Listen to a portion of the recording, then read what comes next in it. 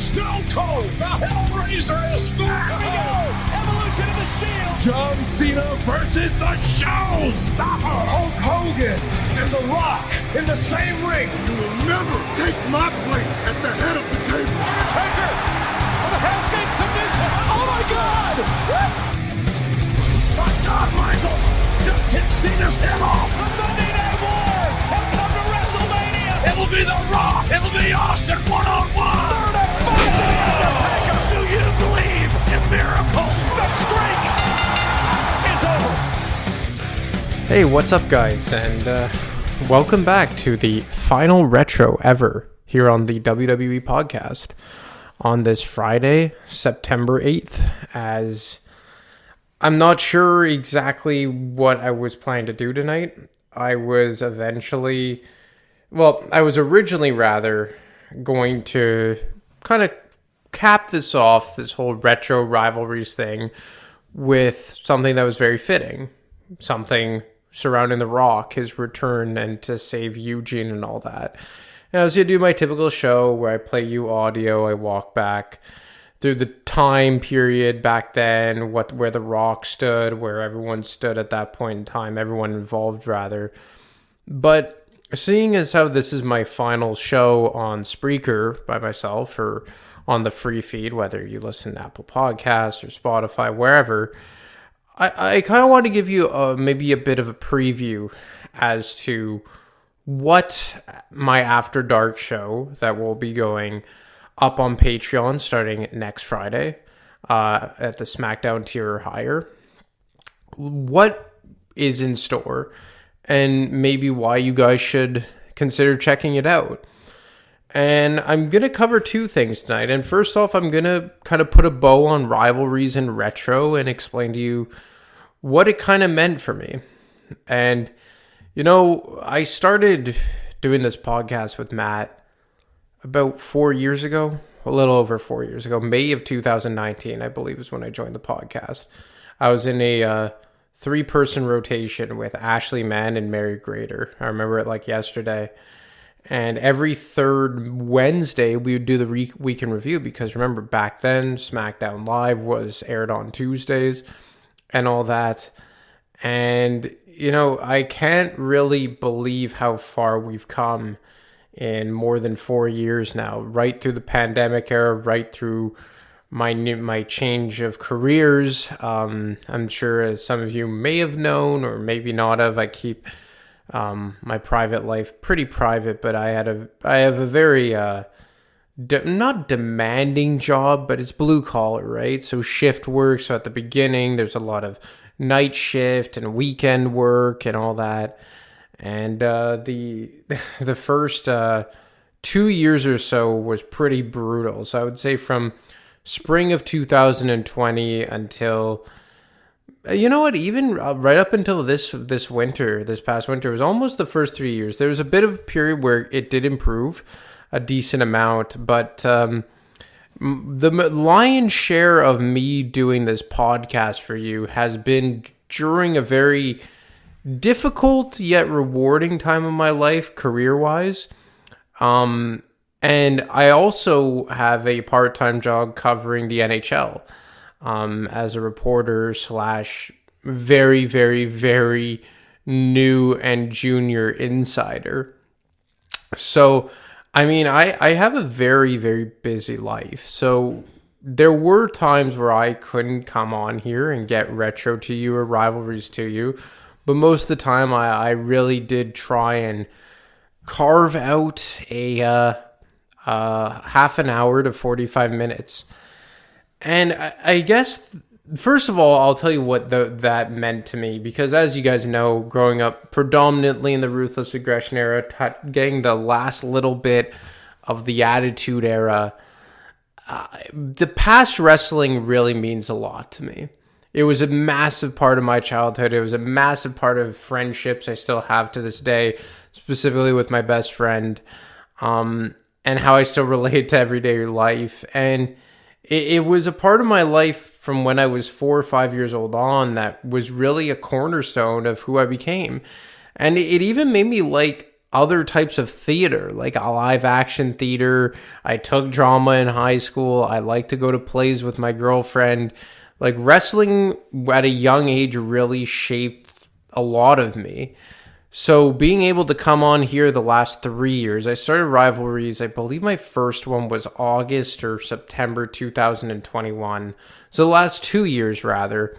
Being able to come on here the past 2 years, it was 2020. I've been doing this since 2020, my God, when I started Rivalries. So yeah, the last 3 years being able to come on here and share some of my favorite rivalries or retro moments with you has been a blast. And I hope that I have been able to, convey what some of these events meant to me properly to you guys. And maybe I helped you go back and look at some of these moments that you guys had never thought of before, or you had never even thought of going back to think about because it was just so long ago. But then when you heard me cover it or played a certain bit of audio, you'd be like, oh my God, I remember when that happened. And that was kind of my goal here. And it also allowed me to relive a lot of these great moments of yesteryear in WWE. And I really thank you guys for that, giving me that opportunity to play these clips for you and go over these timetables for you and kind of tell you what it meant for me and my recollection of it, whether it was 10 years ago, 15 years ago, 20 years ago, and all that. But lately, I found that I've kind of been hitting a wall as opposed to not only coming up with ideas, right? That's the main reason why I stopped doing Rivalries and rebranded it as Retro, was because I was just running out of rivalries. I think I got up to, I think I was I did it for about a year and a half. So I think I was getting close to 100 rivalries. I remember I wrote it down and I was doing all different types of combinations. And I just remember thinking, like, you know what? This is literally running its course and running its course fast. And I really got thinking about maybe doing something different after my Cody Rhodes rant, which a lot of you guys seem to like. I'm sure there were some of you guys who hated it, but it got a reaction, right? Whether it be negative or positive, it was a polarizing segment that I had. And obviously you guys like my current state of WWE with Matt that I do every Monday, and I think Matt and I have great chemistry on air. We've been doing this for over 4 years at this point. We've never met face to face, although we don't live all that far away. Like, he lives in Albany, I live in Montreal. I believe it's like a 2-3 hour drive, but he has become a very good friend of mine, and I'm proud to say that, and I'm honored to say rather, that I've been able to become a staple of this podcast for the last 4+ years. But I just felt like maybe I wanted to give you guys more of a real version of myself. And not to say that I'm going to come on here and tell you what I have for lunch or how good or bad my day was or if my cat died, like stuff like that. But I'm not going to spill like all my personal guts on here. But I just felt like maybe you guys wanted more of a real version of me. And that's kind of what we're going to tackle and explore on After Dark. And it's not going to be like a set timeline of 30 minutes to 45 minutes. Some episodes maybe 15 minutes, some maybe an hour. Maybe I'll have a guest on here and there. It's just going to be wherever the wind blows. And that's kind of my goal going forward. And I hope that most of you will be able to come on over and check it out. And hopefully it's exactly maybe what the doctor ordered in terms of what you guys were looking for in terms of a listening experience. And obviously it's going to be mostly wrestling heavy, but I'm not going to make it exclusive to wrestling. And I think that's the point of After Dark, is that we could take this wherever we want. And obviously right now it's still PG, but when we move over to Patreon next week, the next time you hear my lovely voice, without Matt by my side, it will be, an R-rated show. Not to say that I'm going to swear just for the sake of it or be vulgar just for the sake of it, but it will be something that obviously viewer discretion is advised. So before I get into the main topic or the second topic of what I want to get to tonight, I just want to say thank you so much for allowing me to take you back in time with me, whether it was rivalries or retro. I know it was very Rock heavy. I know it was very Ruthless Aggression heavy. But at the same time, it was really cool the last 3 years to go back in time and really just explore all these different moments of yesteryear and go back on the WWE network and look at things that I hadn't watched for over a decade and go back and watch, weekly episodes of SmackDown in line and, get lost in stories so I could come on here and properly articulate what was going on for a specific rivalry or a specific pay-per-view that I came on here to cover. So thank you so much. So the first thing I want to get to, and this will be very fast, was I heard on Matt's mailbag was someone asked, as a massive Rock fan, myself that is, what was my favorite moment or moments of The Rock? And that is a crazy question. When I was really old enough to track it weekly and know week to week and pay-per-view to pay-per-view what was going on, The Rock was no longer a full-time wrestler. When I kind of, for lack of better terms, fell in love with The Rock as a performer, obviously, a wrestler, I was about 5 or 6, so 2000, 2001.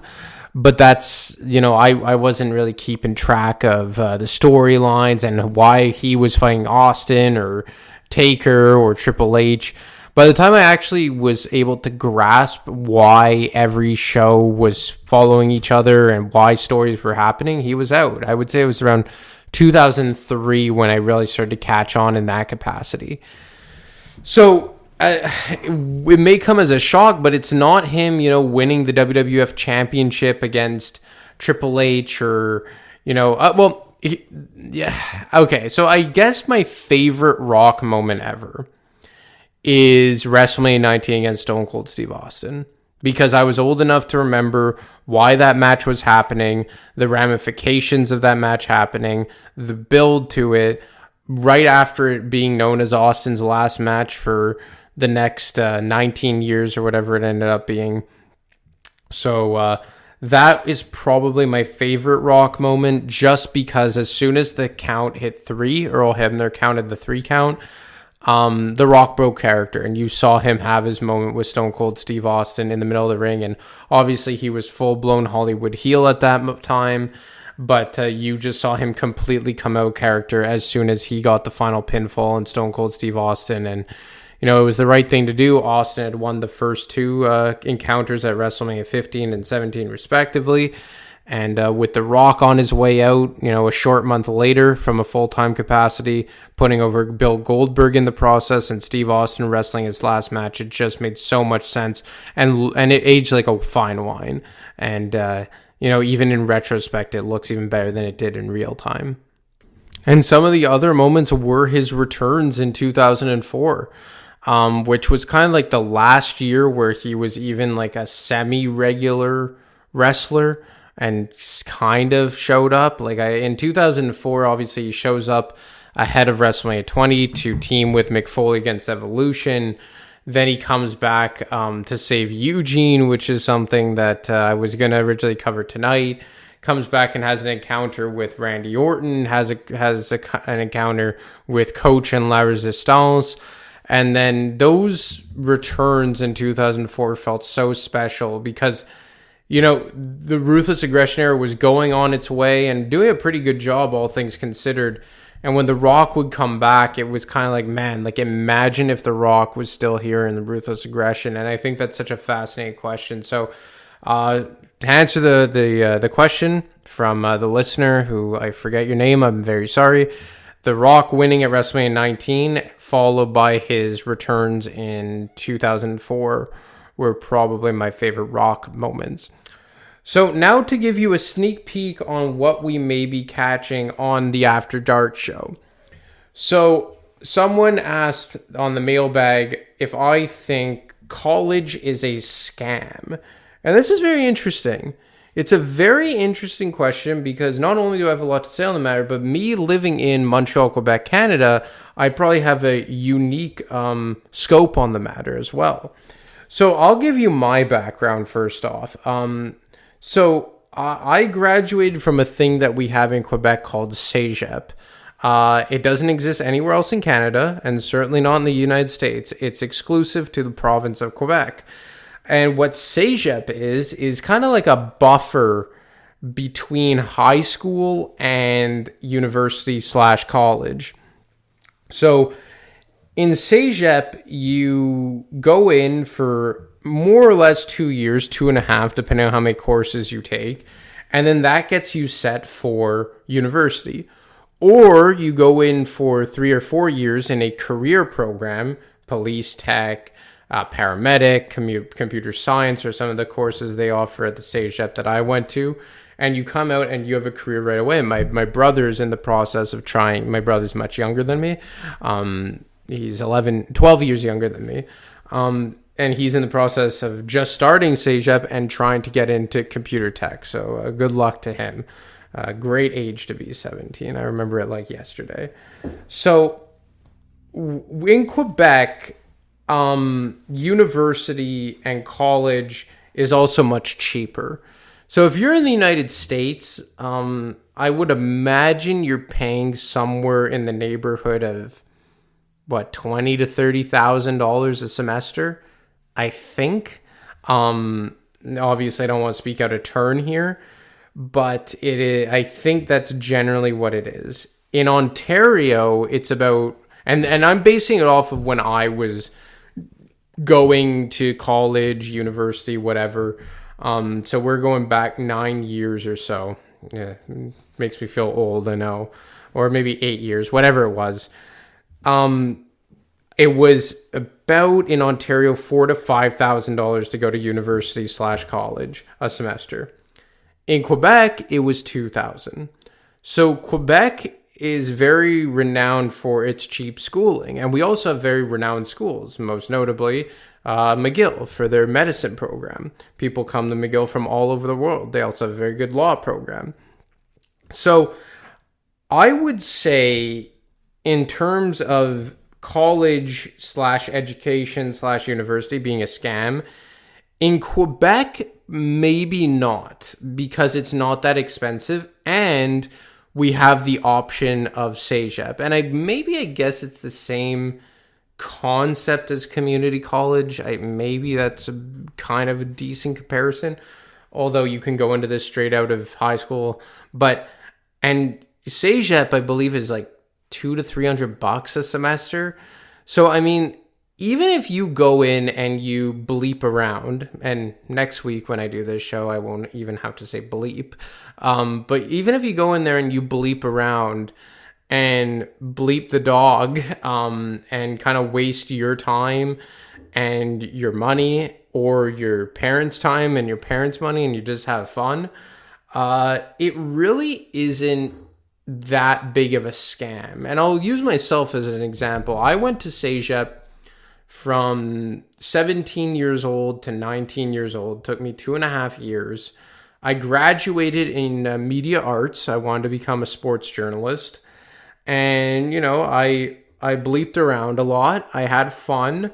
I got decent grades. I think my grades were usually somewhere in the C's, or 75s. I think that's a C, 75. So 75 to 80 is usually where I fell in with my grades. What letter that is couldn't tell you. I think it's about a C, maybe C plus, C minus, I don't know. So I was a very average student. I didn't try a lot. Very lazy student. And I would venture, that my girlfriend would tell you that I'm a very lazy man now as well, just generally. Hated studying, could not stand it. I could wing stuff pretty well. But that caught up to me in university. And when I got into university, I went to the winter semester of 2014. I flunked out in real quickly. So, I guess it costed my parents between CEGEP and university to send me to school, like, I want to say maybe $3,000 to $4,000. I came away with a degree from CEGEP. That means a whole lot of nothing. And flunked out of university after one semester. So Obviously, media arts was something I somewhat explored between doing this and my media gig part-time in hockey. But my main job is blue collar. It's something that just requires a high school degree, make a good living, but nothing astronomical, benefits, pension, all that. And I work for the city of Montreal. And, I think after I went to university, I realized maybe that wasn't a scam, but I realized that you had to have the right frame of mind to go through it. And, I have a lot of friends who went to university and made good on it. But I also have a lot of friends who went to university and did absolutely nothing with it. I have a friend who went there and graduated in English literature or something, and now he is a roofer with his dad's company.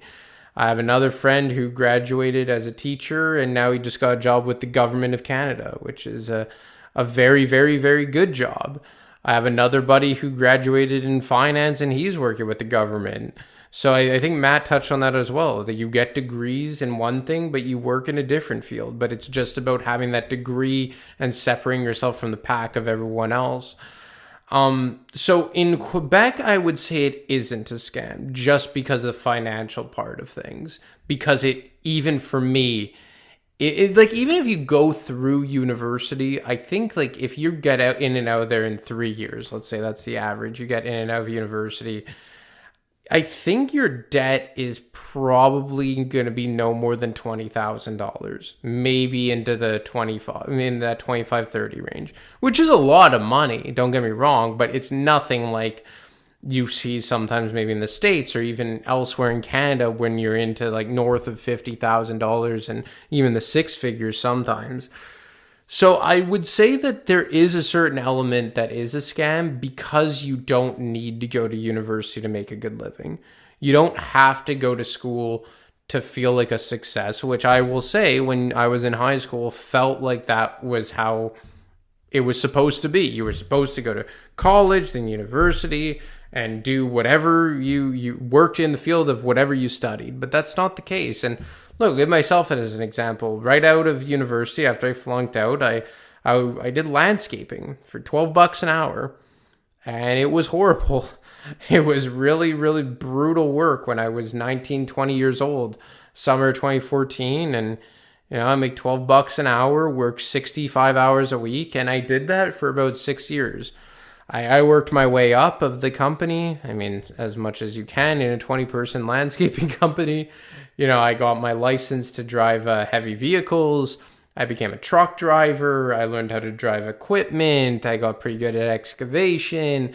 Made my way into, the $20 an hour. But even doing that, not working in the winter, having very long, stressful hours, brutal work I was getting into my mid-20s at that point in time, was starting to settle down with my girlfriend that we've now been together for over 5 years. And it wasn't really conducive with the life that I wanted to live. But I stocked away a lot of money doing that. And I stocked away a lot of experience doing that. And I was able to buy my first property at a very young age doing that. And especially with inflation and the housing markets and interest rates, I'm very, very happy and thankful that I took that path, because without taking the path I did, I wouldn't have been able to save the money that I did and bought the property that I did and turn that into the property I now have, which is obviously a bigger and more luxurious property, and I'm not even 30 years old yet. So there is a certain part of university education, college, that is a scam. That being said, I will never ever discourage someone from going to university. I will just say, know what the bleep you are doing if you are going to university. If you're going in there just to go wherever the wind takes you and, have a good time, which is important, it is about having fun and drinking and beer pong. And have you guys ever, if anyone out there has seen the show Blue Mountain State, first of all, funny show and really sets the tone for maybe a stereotypical university life. And second of all, it was filmed at the college I went to in Montreal.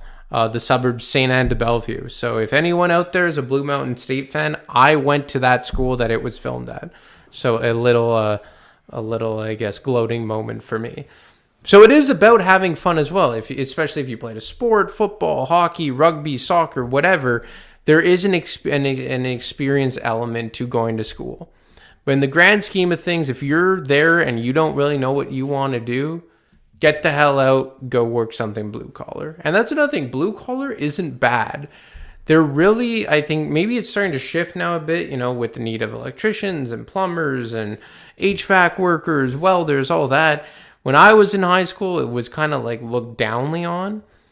But all I'll say about college and university is, like, if you're going in there to be a lawyer or a doctor or a dentist or something super badass, an accountant, an actuary, any of that stuff, go for it, man, because you're going to have a hell of a life at the end of the tunnel. It may take you 10 to 15 years to get there, but you will love the result. But if you're just going in there to major in history or philosophy or English literature or even communications or journalism, which was my field, which is a dying profession, I would just ask you to think long and hard about what you're doing, because there is a part of it that can feel like a scam, and it will be a scam, especially if you're paying $20,000, $30,000, $40,000 a semester/year for this schooling. So, I mean, I can't really say one way or another if it's a scam. I think it's all relative to where you live, how much financial backing you have from your parents, how driven you are and passionate you are about any specific topic or subject or course that you look at exploring educationally. And like, look, I'll use my brother-in-law, who I think is a very good example as well. It took him a bit longer to get to university, but now he has a super badass job and he has a super badass life and he makes good money. And like, I think that it really is all relative. Not one situation is the same as another one. So is it a scam? I think it can be a lot of the times. Is it always a scam? Is it always the same answer? No, it isn't. In my mind, if it were me, or not in my mind, in my situation, had I continued in university, maybe not a scam because I benefit from living in Quebec where education is fairly cheap, but it would have been a waste of time because of where I ended up. So, I mean, definitely an interesting conversation, and I hope you guys enjoyed it. But anyway, that's all I got for you. But this is kind of preview as to what we are going to be doing on After Dark. I wanted to give you that opportunity to listen before you go into Patreon blind and get into that SmackDown tier. Remember, it is the SmackDown tier, not the NXT tier. It will be behind the SmackDown paywall. But we'll also be talking wrestling. I could guarantee you're going to hear some Cody Rhodes rants. You're probably going to hear some other rants too. I'll tell you some of my other funny moments of my life. I won't get too personal, but this is kind of the format, what we're going to look for. So anyway, guys, I hope I have you tune in next week. Have an awesome weekend, and I'll be talking to you next time. Thanks for listening to the WWE Podcast. Don't forget to subscribe on your favorite podcast app so you don't miss a show, or head to WWEpodcast.com. And for all of these shows ad-free, head over to patreon.com/WWE Podcast. Until then, we'll see you next time.